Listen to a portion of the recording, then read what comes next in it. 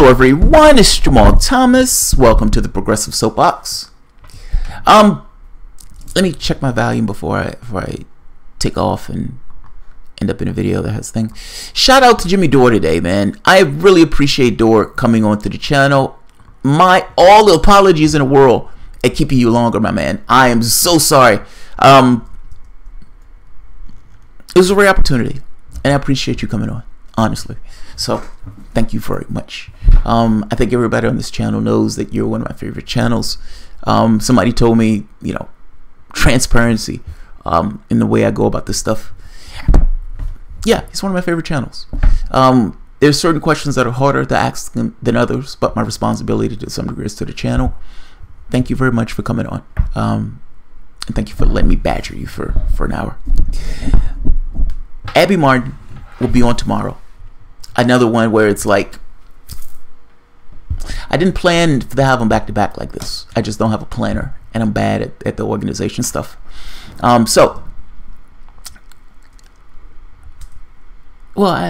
I'm bad at the organization stuff because I'm not a big fan of doing it. But nevertheless, Abby Martin will be here tomorrow at 5 p.m. I'm going to check with her tonight to make sure she's still on for tomorrow. Yeah, good times. Good times. So, this one has to do with, imagine for the moment that, do you remember in, where was it? Maine, I believe. Maine has a referendum. The politicians, and they have a referendum for ranked choice voting. And having the thing for ranked choice voting, the politicians hate it because Maine passes that referendum for ranked choice voting, and they understand what it means. The lesser evil argument goes away the moment that you don't have to have a lesser evil argument. When you can make two choices, I prefer this person who may be a third party, and I prefer this other person who may be a fourth party, or maybe a Democrat, or maybe a Republican. Well, right off the bat, you can see the issue from the standpoint of Democrats and Republicans. They hate it. They don't like it. They don't like this idea that it makes it easier without the penalty in being able to vote for the person who you want, as opposed to voting for the person who is least worse, if that makes sense. There's always this esoteric other in the standpoint of voting. I would vote for so-and-so if I believe other people would also vote for that person. You end up in a situation of not necessarily getting the person you want, because in your head you have this idea of all these other people, this esoteric other that doesn't really exist, your model of society. When if people just voted for the person they wanted, that person who you wanted might have gotten a large percentage of the vote, if not even one. You're assuming reality, as most people do when they make their votes. That's the first point. Imagine for the moment in Maine, which took place, the politicians countermanded what the public wanted. You could imagine that pissed the public off, and that public came back and they voted down what the politicians put into place, essentially having a second referendum to say, no, we actually meant what we said about ranked choice voting. Imagine for the moment the same thing happens from the standpoint of I'm trying to think of something, a national referendum that takes place. Imagine you have a referendum on pot. Let's say you're in California, you have a referendum on pot. And imagine the public says yes. Let's say the public says yes by 6%. And someone outside of the state says, I don't like the fact that you guys passed that particular referendum on pot. And so I'm going to institute my millions of dollars in order to change that referendum, in order to countermand what you guys want. Take it up to a larger scale. I'm trying to get across this idea of something that takes place where the public makes a choice. And there are factors in the society that doesn't like the choice that was made. And because they don't like the choice, they're coming in to try to change it, even though they don't even live in the city or state that's taking place. This is similar to what's taking place from the standpoint of Brexit, but a much more epic scale.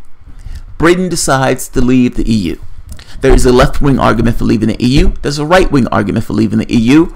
Whichever argument you want to take, somewhat of a besides the point, they're leaving the EU. They made the choice. They put it up to a vote. It was the largest show of democracy in Britain, and they decided to leave. Whether you think it's right, whether you think it's wrong, they put it up to a vote and they decide to leave. George Soros. Normally, when people are talking about Soros, they're talking about Soros in this way that's like this boogeyman of sorts. This thing that's floating in the back end, that money is being invested behind the scenes. This is not behind the scenes at all. Soros does not even live in Britain, and he is putting his money, millions of dollars, I've heard in other places hundreds of millions of dollars, into changing the vote, to countermanding the referendum that had taken place. This magnificent show of democracy. There's a plutocrat that doesn't even live in the goddamn country saying that he wanted to countermand what these people wanted to do. This is amazing. You don't even live in the country. You have all of this money, billions and billions and billions of dollars. It looks like you would take your decrepit ass somewhere and just enjoy the fucking money that you got. But no. But no. Just like other plutocrats, just like other people who've been able to advantage themselves magnificently off the system to which we find ourselves in, you don't want to do that. You want to instigate yourself into the affairs of others. You don't even live in the country. He may have a fifth house or some shit in the country. The first one was democracy. This is a billionaire who's trying to change the vote, who's trying to get his way within a referendum and change essentially what the public decided to do. Whatever you think of Brexit, whether you think it was a good idea or a bad idea, please tell me that you don't believe that a billionaire investing millions of dollars in order to change what the public wanted is a good thing. I understand that there are some people who are political hacks who don't care that this is a billionaire trying to change and tweak and get what he wants in this process, and they just were willing to use the money in any way they can use the money in order to change this vote. But to independents, to people who may be on the fence of Brexit, and to the people who are definitely on board for Brexit, this should greatly concern you. Do you really want plutocrats, billionaires, jumping from the shadows, putting money into these shadowy organizations, and to change what the public has already chosen?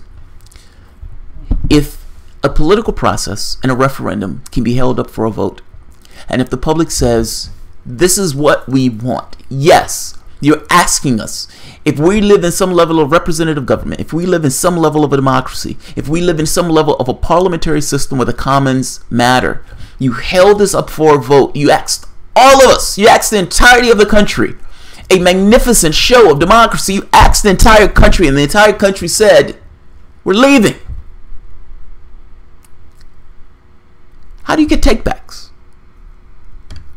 And is it really a billionaire that you want to be this deciding factor, George Soros, in having this take back? I'm going to read the story, but this is disturbing. I am sick of billionaires instituting themselves in our public affairs, whether in the United States or whether in Britain. I have no feelings of Brexit. I may think, I understand this terrifying feeling of, oh my God, this looks bad. By the same token, from a standpoint of fairness, you had a vote. They chose to leave. Get on with it. Get on with it. It's fucking amazing. I mean, I can't believe that. A fucking plutocrat. Billionaire. Fucking billionaire. I mean, that's just as bad as what we have here. You have like the Koch brothers and all these other guys.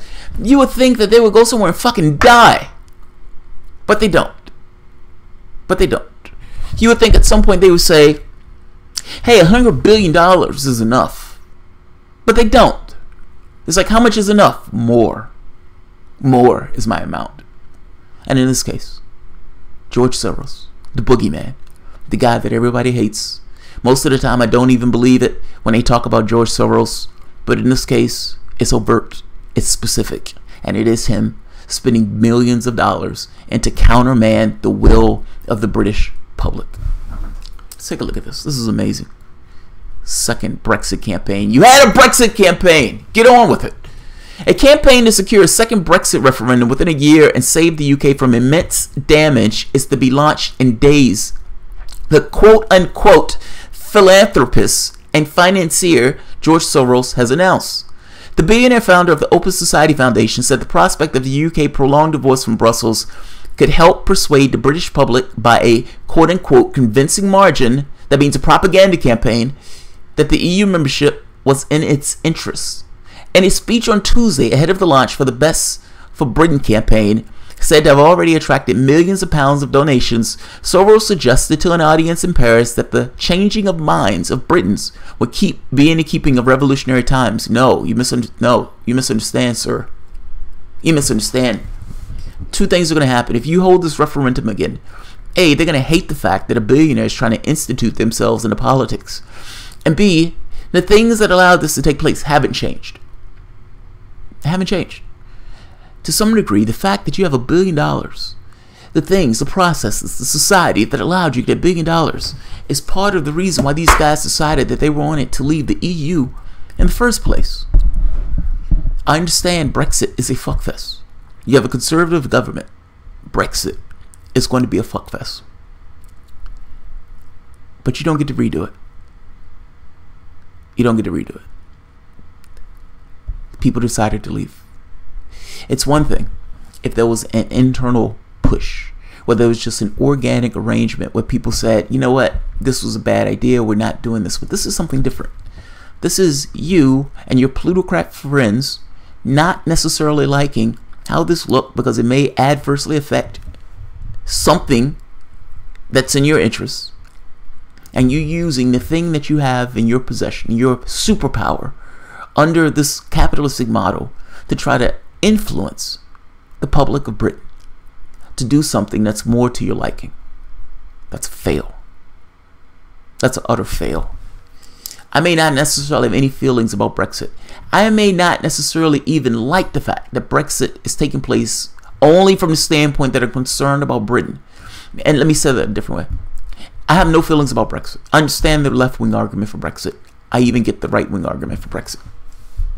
Whichever argument you take, I do have concerns of Britain coming out of the EU. I don't necessarily think it's popcorns and rainbows as the right-wingers are talking about. I think there are serious concerns from an economic standpoint of the people in Britain.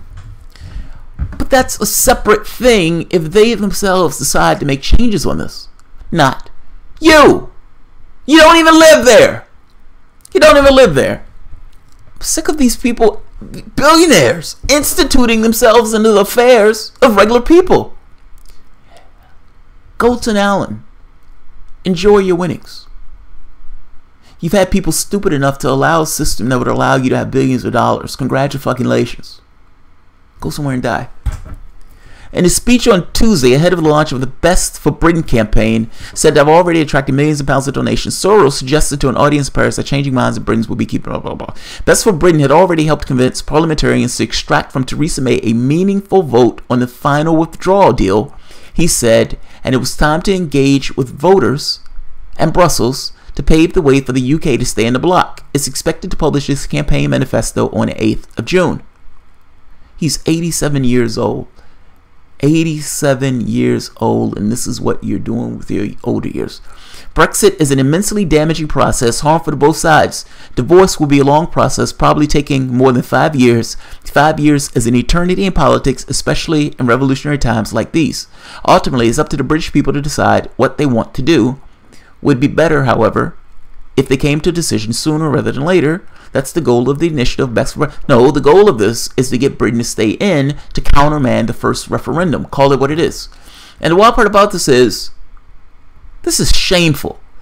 Best for Britain has already helped convince parliamentarians to extract from Theresa May a meaningful vote on the final withdrawal bill. How? How did you do that? How? How did you pull that off? Do you believe there wasn't a public upsurge per se?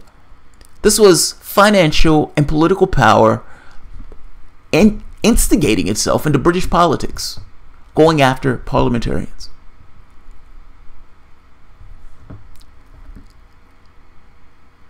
Best for Britain fought and helped to win a meaningful parliamentary vote which includes the option of not leaving at all. This will be good for Britain, but also render Europe a great service by rescinding Brexit and not creating a hard-to-fill hole in the Europe budget. It's not about Europe, dude. It's about Britain. You understand that part of the reason why Britain is leaving is because they believe that what they want, that what's best for Britain, is subordinate to what's best for the European Union. The people of the country decided that they wanted to leave. It's not about, in this case, what's best for Europe. The people of Britain is looking for what's best for Britain. There is a difference in those things. I don't like this. It's one thing if the people of Britain decided to stay, then they decided to stay. Fair enough. I have no feelings about it. I have no feelings about Brexit insofar as people of Britain are not necessarily damaged by it, if that makes sense. What I don't want, what I don't like, and what I strongly suspect they're not going to like, is a billionaire instituting or instigating itself into their affairs. I'll put the article at the bottom. I saw this and I was like, what the hell? I was like, what the hell? Alright, I'll end it here. I'm not going to keep this one long. Let's see. Well, a few people. Cameron stated when they decided to vote on Brexit, no matter the outcome, it's absolutely final, no revote. Lucretiella. Yes, but that's assuming that there's not some billionaire in the back that's greasing the pockets or pushing these guys in order to do something that the public didn't want to do. Meaning, advertisement, pushing. Like they just said, they got the parliament to essentially put a provision in the bill talking about a no Brexit. Well, cash. Or in this case, pounds. In this case, pounds. Soros was relatively poor, coming in at the paltry $8 billion. But Soros, yeah, it's hard out there for the poor. His wife is 42 years younger than him. This is kind of what I mean, man. Cash. If you ask her, she would say, I love him. I love him. It's like, but yeah, he looks decrepit. What do you mean? What do you mean? He's beautiful. Look at those $8 billion. I mean, he's a beautiful human being. Jeremy Chase. I had my live chats blocked the other day for asking why did Hartson enter the race after Hildebrand was already running. I still like Jimmy though. I can't believe he blocked you for that. That's amazing. All right, I'm gonna end this. Start laying into Pelosi. Harlan St. Clair. You know, Siler grabs the lotion when Doris starts laying into Pelosi. Oh, that's hilarious. That's hilarious. All right, guys, I'll end it here. If you guys enjoy the content, please feel free to share, like, subscribe, and of course, you can always support through Patreon. Thanks, everyone. Oh, and let me make sure. Trackers are back. Yes. Thanks, guys.